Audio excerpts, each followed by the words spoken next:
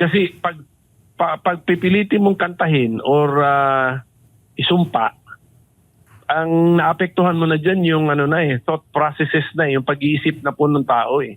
Hindi pwedeng manduhin yan na unless mga representatives na nila ang nagsabi through a law, para meron naman silang buwelta na political dun sa mga congressmen at saka senador nila, diba? Na ginawang imposition yan. Kaya nga pakiusap na lang natin, i-review na lang yan para hindi na tayo humantong sa kaso-kaso. Well, ginagawa lang po yan kapag nais niyang sakupin ang pag-iisip ng taong bayan. Natanggapin ang lahat ng mga nangyayari, bagamat alam po natin na ito ay lumalabag sa ating saligang batas at linalabag ang ating pagkatao.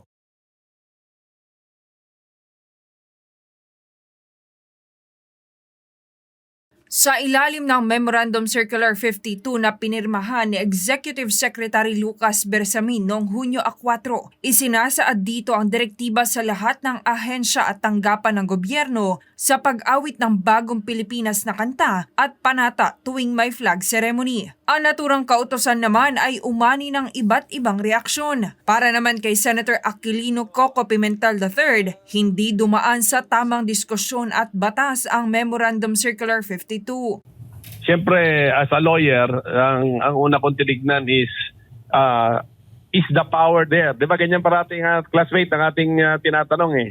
Pagka mag-issue ang isang agency ng gobyerno ng isang kautusan, ang tanong parati natin nasa kapangyarihan ba niya o jurisdiction niya yung subject matter ng kanyang inisyo. Meron tayong batas. Sinabi doon kung paano na tayo mag-observe ng flag ceremony. Sinabi doon kailangan kantahin with fervor ang lupang hinirang, tapos meron panunumpa sa watawat. So, makikita natin na lahat ng elemento ng flag ceremony na pagka-imandato mo, kailangan idaan mo sa batas.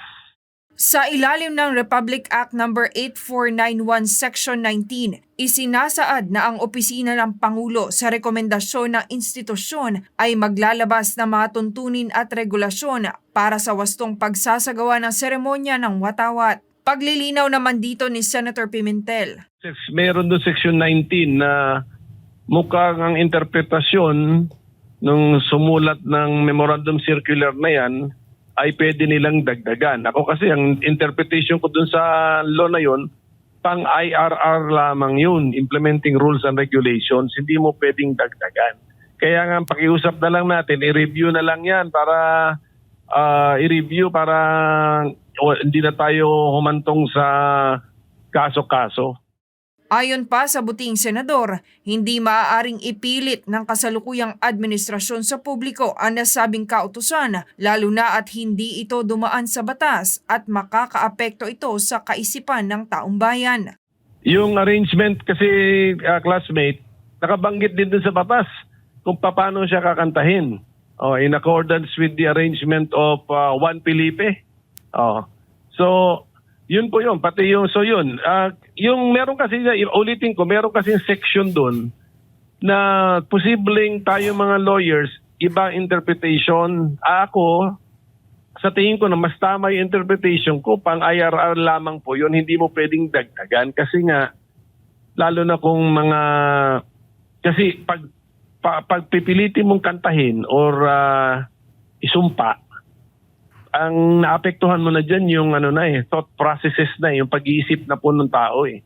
Hindi pwedeng manduhin yan na unless mga representatives na nila ang nagsabi through a law, para meron naman silang buwelta na political dun sa mga congressmen at saka senador nila, diba? Na ginawang imposition yan.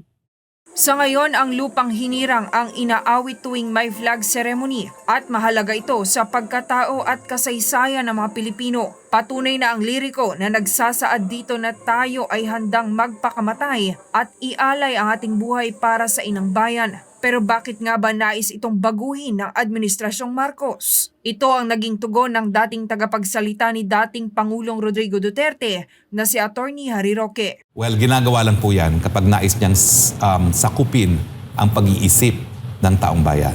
Natanggapin ang lahat ng mga nangyayari, bagamat alam po natin na ito ay lumalabag sa ating saligang batas at linalabag ang ating pagkatao.